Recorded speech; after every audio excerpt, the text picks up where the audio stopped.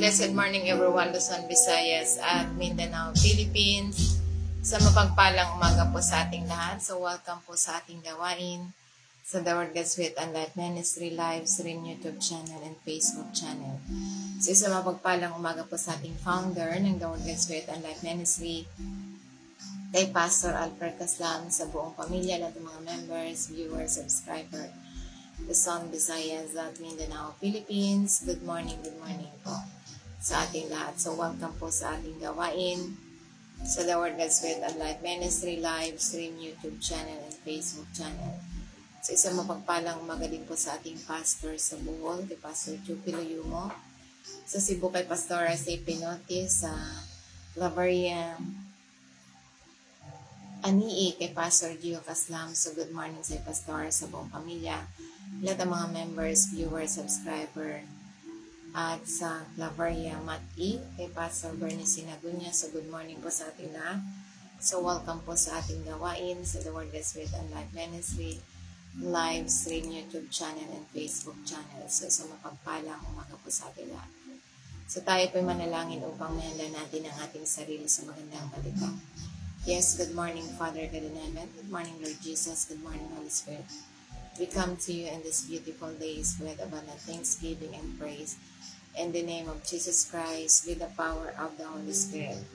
Father, thank you for the great new day with your unconditional love, joy, passionate, loving kindness, mercy, miraculous ways in our life, Father. Thank you, Father God, for giving us strength, courage, understanding, wisdom, knowledge, and Holy Spirit. You're the best teacher with knowledge and knowledge. Saves my mouth to speak your words to everyone.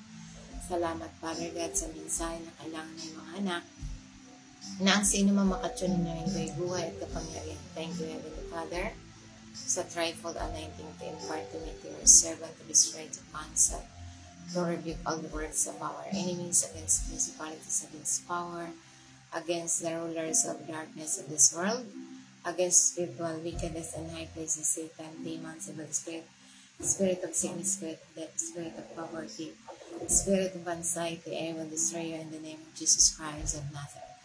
Pinagapas kita, tinatalian kita, binabalik kita sa hadis ng pinanggalingan. Your defeated enemies in the name of Jesus Christ of Nazareth. Through the blood of Jesus Christ, at linis magpatawad sa litaang mga kasalanan sa pamamagitan ng kanyang mga latay, complete healing na natanggap ng mga tao ng Diyos right now. Thank you, Father God, sa mensahe na kailangan ng iyong mga anak. Thank you, Father God, all the glory and the honor will see in Jesus' name we pray. Amen. Praise the Lord. Purihin ang Panginoon. So, good morning once again. So ano nga ba yung ating pagninilay-nilayan sa oras na ito?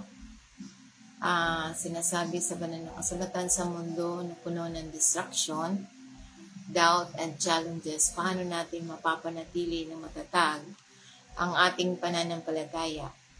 So, nasa salita ng Diyos ang sagot kung paanong kailangan natin ang physical na pagkain para sa mapanatili ang ating katawan. Kailangan din natin ang salita ng Diyos para mapangalagaan at palakasin ang ating pananampalataya.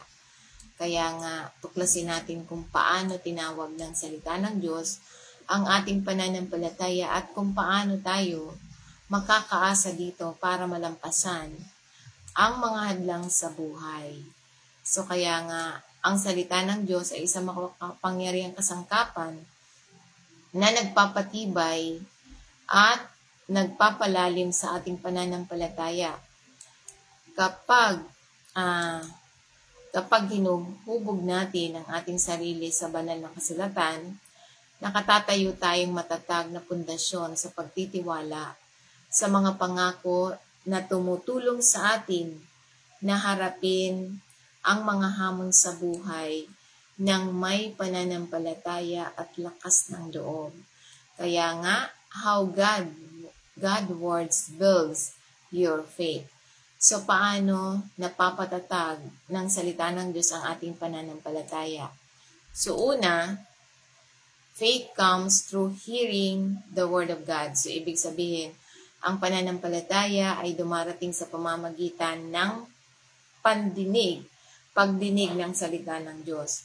So kaya nga mababasa natin sa Romans 10 verse 17, so faith comes from hearing and hearing through the word of God. So ibig sabihin, ito yung nangangahulugang ito ng ating pananampalataya ay nagising, napapalakas at napapatibay kapag tayo nakikinig ng salita ng Diyos, nagbabasa at nagbubulay-bulay ng salita ng Diyos. Ang salita ng Diyos ay buhay. Ito ay nagdadala ng kapangyarihang baguhin ang ating puso, i-renew ang ating isipan at bumuo ng pananampalataya sa loob natin. So kaya nga, kapag narinig natin ang pangako ng Diyos sa mga salita ng Diyos, ang kanyang katapatan, ang karunungan ng kanyang mga turo, at ang mensahe ng kaligtasan sa pamamagitan lamang ng Panginoon Kristo, ito ay pumupukaw sa atin, sa loob natin. Kapag naririnig natin ang nakikibahagi sa salita ng Diyos, mas lumalago tayo sa ating pagtitiwala sa Diyos. So kaya nga ito'y sinasabi na habang mas binabasa at naririnig natin ang salita ng Diyos, mas nabubuo ang ating pananampalataya. Ang pananampalataya ay hindi bunga sa ating sariling lakas, kundi isang regalo mula sa Diyos na inaalagaan ng kanyang salita. So kaya nga tulad na lamang sa halimbawa ng senturyon. Ang senturyon, ang kanyang pananampalataya, ito yung isang Romanong senturyon, ay nabuo sa pamamagitan lamang ng pakikinig tungkol sa kapangyarihan ng ating Panginoon Kristo. So kaya nga ito'y sinasabi, nang magsalita ang Panginoon Kristo, naniniwala ang senturyon at gumaling ang kanyang alipin. Ang salita ng Diyos ay nagbigay ng inspirasyon sa kanya na magkaroon ng malaking pananampalataya sa kakayahan ng Panginoon Kristo. So basahin niyo na lamang po. So dahil medyo mahaba po ito sa Mateo 8 verse 5 to 13. So kaya nga yun po yung summary na nabanggit ko. So kaya nga't mahalaga na isang senturyon ng opisyal ng hintil, ngunit nagpakita ng kababaang loob sa paggalang ng ating Panginoon Kristo. Ang kanyang pananampalataya, hindi nangangailangan ng physical na presensya ng Panginoon Kristo. Naniniwala siyang sapat na ang isang binigkas na salita mula sa Panginoong Kristo. So kaya nga't mahalagang mensahe, dahil dito, labis na naantig ang Panginoon Kristo sa pananampalatayang ito, kaya't itinuro niya sa publiko na sinasabing nahihigitan pa nito ang nakita niya sa Israel. So yan ang salita ng Diyos. Ano pa ang salita ng Diyos na dapat nating tandaan? How God's Word builds your faith. So ito is strength as in times of weakness. So ibig sabihin, ito yung nagpapalakas sa atin sa panahon ng kahinaan. So ito ang salita ng Diyos ay nagdudulot ng kalakasan. So kaya nga ito'y sinasabi sa banal na kasulatan na ang salita ng Diyos na dapat nating pagbulay-bulayan ay mahalaga para sa pagpapalakas sa mga kahinaan. So kaya nga't mahalaga na tinuturo sa bawat isa sa atin na ito yung sinasabi sa banal na kasulatan, ito'y nagpapalakas sa atin sa panahon ng kahinaan. Ang kadalasang nagdudulot sa ating kahinaan yung pagod o kawalan ng katiyakan, ngunit pinalalakas tayo ng salita ng Diyos at pinatitibay ang ating pananampalataya sa mahihirap na mga sandali. So kaya nga sinasabi niya sa Psalm 119 verse 28, ang aking kaluluwa ay pagod sa kalungkutan, palakasin mo ako sa iyong salita.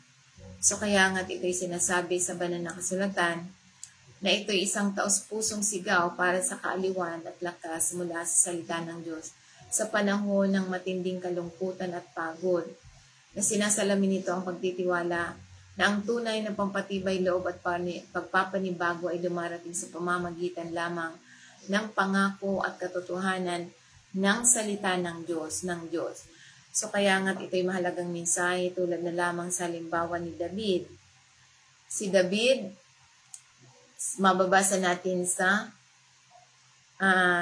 Psalm 23, verse 4, sabi niya rito, bagamat ako'y lumalakad sa pinakamadilim na libis, hindi ako matatakot sa kasamaan, sapagkat ikaw ang kasama ko, ang iyong pamalo at ang iyong tungkod, sila'y umaaliw sa akin. So yan ang salita ni David. Kaya nga't ito'y makapangyarihang paalala mula sa salita ni David tungkol sa tapat na presensya ng Diyos at proteksyon ng Diyos kahit na sa pinakamahirap at nakakatakot na mga sandali sa buhay.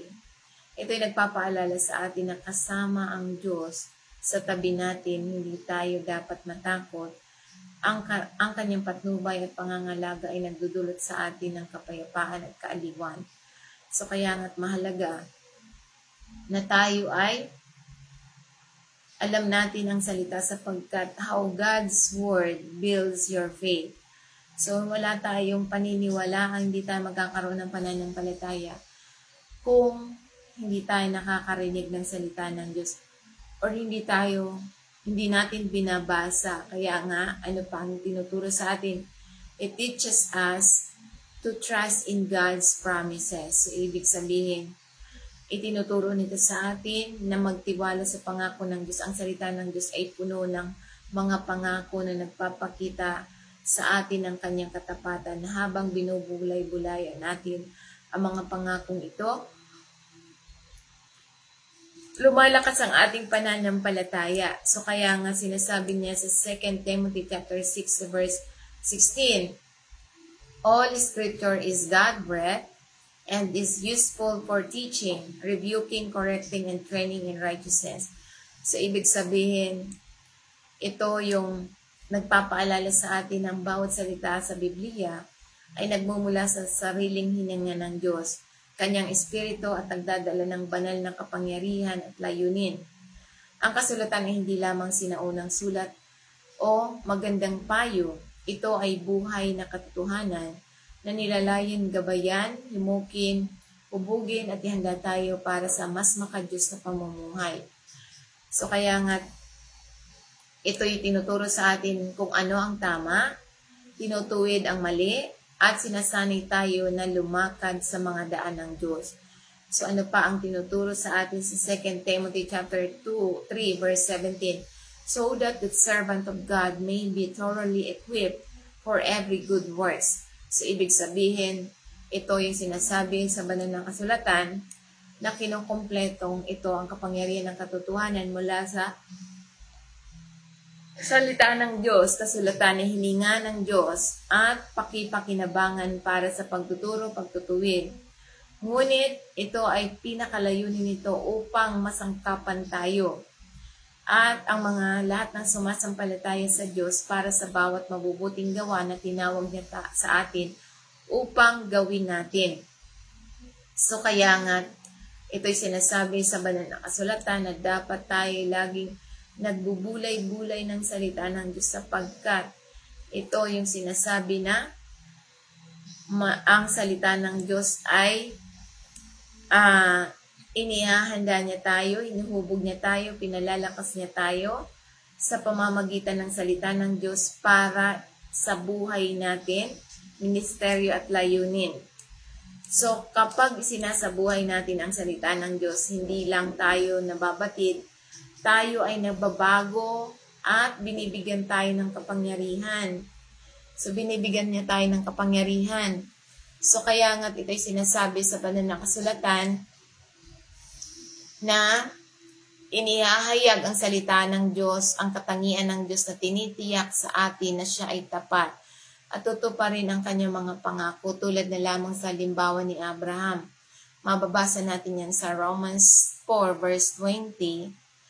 So kaya nga't ito'y sinasabi sa banal na kasulatan, subalit hindi siya nag-alinlangan dahil sa kawalan ng pananampalataya tungkol sa pangako ng Diyos, ngunit pinalakas sa kanyang pananampalataya at nagbigay ng kaluwalhatian sa Diyos. So kaya nga't ito'y sinasabi sa banal na kasulatan na Ang matatag na pananampalataya ni Abraham sa kabila ng likas na responsibilidad ng pangako ng Diyos, siya ay magiging ama ng maraming bansa sa kanyang pagtanda. Hindi niya pinapahintulutan ang pagdududa na pahinaan ang kanyang pagtitiwala, sa halip mas lumalakas ang kanyang pananampalataya at pinaparangalan niya ang Diyos sa pamamagitan nito. Isang makapangyarihang halimbawa ng matatag na luwalhatiin ang Diyos sa Diyos na pananampalataya. So kaya nga ito yung sinasabi pa sa Romans 4 verse 21, palibhas ay lubos na naniniwala na ang Diyos ay may kapangyarihang gawin ang kanyang ipinangako.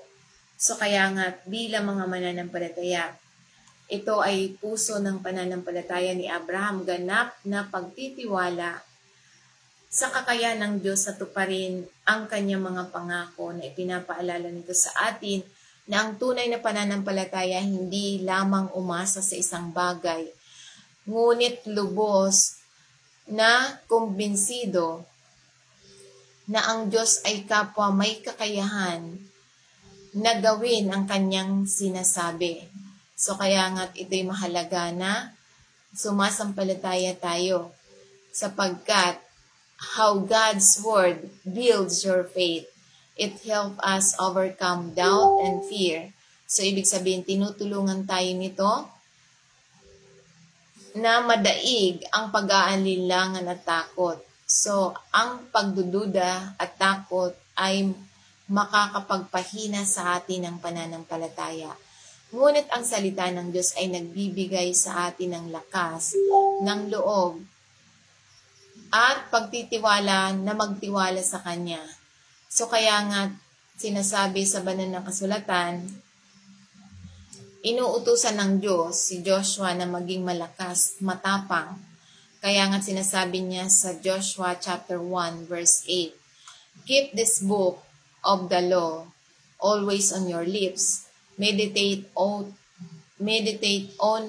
it day and night, so that you may be careful to do everything written in it.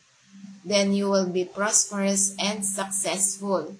So ito yung sinasabi kay Joshua sa bawat mananampalataya, na dapat ito yung habang naghahanda na ito yung kahalagahan ng patuloy na pagsasalita, pag-iisip, pagsasabuhay ng salita ng Diyos. Makapangyarihan ang pangakong kalakip ng salita ng Diyos. Kapag nananatili tayo nakaugat sa salita ng Diyos, hahantong tayo sa karunungan, tamang desisyon, at tunay na tagumpay sa buhay. Kaya nga ito yung prinsipyo na pinakamahusay na dapat tayo magsalita ng Diyos. Isipin natin ang salita ng Diyos at isabuhay natin ang salita ng Diyos. Kung gayoy, tayo'y uunlad sa paraan ng Diyos. Kaya nga sinasabi pa niya sa verse 9, Joshua chapter 1 verse 9. Sabi niya, hindi ba ako nag-uutos sa iyo, magpakalakas ka at magpakatapang ka, huwag kang matakot. Huwag kang panghinaan ng loob, sapagkat ang Panginoong mong Diyos ay sa iyo, saan ka man pumaroon. So kaya nga ito'y sinasabi sa banal na kasulatan na pinapaalalahanan ng Diyos si Joshua at tayo na ang lakas at tapang ay nagmumula sa pagkaalam na siya ay laging naroroon saan man patungo ang buhay. Maaari nating harapin ito ng may buong tapang dahil kasama natin ang Diyos. So yan ang salita ng Diyos na sinasabi tulad na lamang sa halimbawa ni Gideon. Ito yung sinasabi sa Judge chapter 12 chapter 6 verse 12 to 16. So basahin nyo na lamang po, sapagkat summary lang po ang aking babanggitin. Iba ang pagtingin sa atin ng Diyos kaysa ating sarili. Habang nakikita ni Gideon ang kanyang sarili bilang mahina at walang halaga, tinawag siya ng Diyos na isang makapangyarihang mangdirigma. So, kinasangkapan siya ng Diyos ang mga tinatawag niya, tulad natin ng mga tinawag Hindi niya hinihintay ang pinakamalakas o qualification. So, pinili niya ang mga taong bukas ang puso at tinitiyak sa kanila ang kanyang presensya. So, kaya nga ito'y sinasabi na ang ating lakas ay wala sa ating sarili, kundi sa presensya ng Diyos. Ang pangakong ako ay sa iyo, ito yung kailangan ni Gideon. Kaya nga, kapag tinawag tayo ng Diyos, isang bagay na mas malaki kaysa ating nararamdaman. Hindi siya nakadepende sa ating kakayahan, kundi sa kanyang kapangyarihan na kumilos sa pamamagitan natin. Sa pamamagitan mo, sa pamamagitan ko. Kaya nga ito yung sinasabi, kahit na may pagdududa at kahinaan, magagamit tayo ng Diyos ng husto kapag handa tayo magtiwala sa Kanya. So pagtitiwala lamang, kailangan nating magtiwala. Kaya nga ito yung sinasabi sa banal na kasulatan na dapat nating pagnilay-nilayan. So, ano pa ang tinuturo sa atin? It encourages us to live by faith. So, ibig sabihin, ito yung sinasabi sa banal na kasulatan na hinihikaya tayong mamuhay lamang ayon sa pananampalataya. Kaya nga, sinasabi sa pamamagitan ng pananampalataya at pagtitiwala sa Diyos sa lahat ng bagay kahit na hindi natin nakikita ng agarang resulta. So kaya nga ito'y sinasabi sa banal na kasulatan sa Hebrews 11 verse 1, now faith is confidence in what we hope for and assurance about what we do not see. So ibig sabihin, ito yung pananampalataya. Maganda ang kahulugan ng pananampalataya. Ito ay pagkakaroon ng hindi natitinag na pagtitiwala sa Diyos, sa mga pangako ng Diyos, kahit na hindi natin pa ito nagkakatotoo, ang pagiging sigurado sa hindi nakikita mga katotohanan dahil sa kung sino ang Diyos sa atin. Ito ang pundasyon para sa isang buhay na may pagtitiwala, pag-asa at katapatan ng Diyos. So kaya nga't mahalagang mensahe na tinuturo sa bawat isa sa atin, ang pananampalataya hindi lamang isang paniniwala, ngunit isang pamumuhay ng pagtitiwala sa hindi nakikitang gawain ng Diyos. So kaya nga, ito yung mahalaga na yung mga nakikita tulad ng isang bagay, pag nakikita nyo na yung stand, ibig sabihin, hindi na yan faith, ang katotohanan na yan. So yung faith, hindi mo pa nakikita ang larawan. Wala ka pang nakikita. So kaya nga, tulad na lamang sa halimbawa ni Noah. Si Noah ay pananampalataya ni Noah, binuo sa pamamagitan ng salita ng Diyos na humantong sa kanya upang itayo ang arka, kahit hindi niya nakikita ang baha. Mababasa natin yan sa Hebrews chapter 11 verse 7. Ang kanyang pagsunod sa salita ng Diyos ay nakapakita ng kanyang pagtitiwala sa pangako ng Diyos. So kaya nga, ito'y mahalagang mensahe. Sa banal na kasulatan, itinatampok nito ang pagsunod at mapitagan. Pananampalataya ni Noah kahit na hindi niya nakikita ang baha. Nagtiwala siya sa babala ng Diyos at kumilos ayon sa kanya. Ibinukod siya ng kanyang pananampalataya, ginawa niyang halimbawang kabutihan at napangalagaan.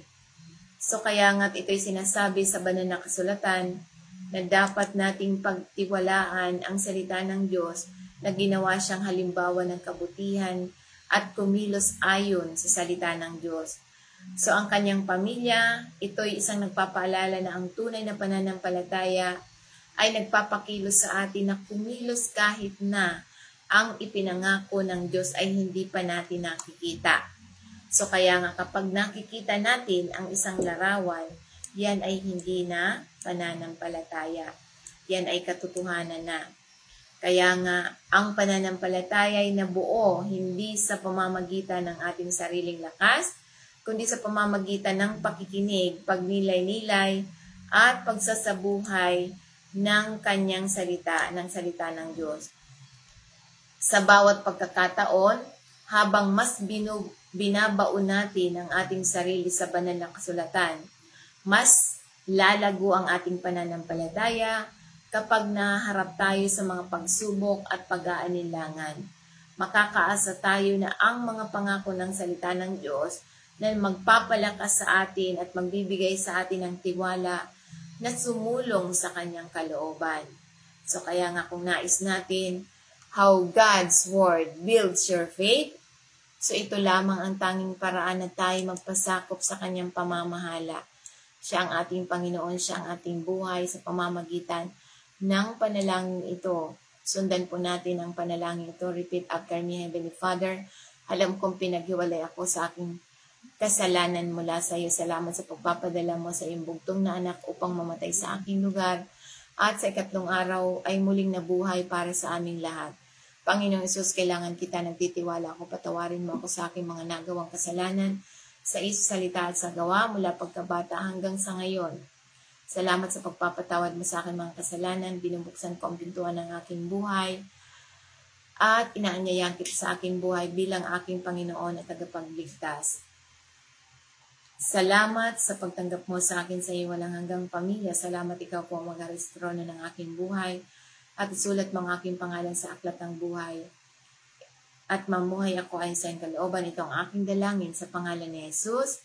Amen. Praise the Lord. Purihin ang Panginoon. So tayo po'y manalangin sa Panginoon. Yes, Father God, in the name of Jesus Christ, with the power of the Holy Spirit, salamat Ama sa makapangyarihang salita mo na tinutulungan mo kaming lumago sa pananampalataya habang nagninilay-nilay kami, nagbulay-bulay at nagtitiwala sa iyong mga pangako. Salamat Panginoon na pinananatili mo kaming malakas kapag ang bawat isa ay nanghihina at tinutulungan mo kami mamuhay sa pananampalataya sa bawat aspeto ng aming buhay. Kaya salamat Ama sa salitang nagpapaalala sa bawat isa sa amin na punong-puno ng mga walang pagkukulang, punong-puno ng biyaya sa pamamagitan ng iyong pag-ibig, sa pamamagitan ng Banal na Espiritu Santo na nagpapaalala sa bawat tagumpay na pinagkakaloob mo sa bawat isa sa amin. Thank you Father God sa complete na pag-ibig na walang pagkukulang sa mga pagpapala, spiritual, physical na pagpapala, emotional na pagpapala, at financial na pagpapala. Thank you, Father God. You're the best shepherd. You're the great physician. You're the best provider. Thank you, Father God. Thank you, Lord Jesus. Thank you, Holy Spirit. All the glory and the honor belongs to you. In Jesus' name I pray. Amen. Praise the Lord. Parihin ng Panginoon. Good morning and God bless po sa ating lahat. Bye for now. Hanggang sa muli po natin gawain. God bless. Ingat po tayong lahat.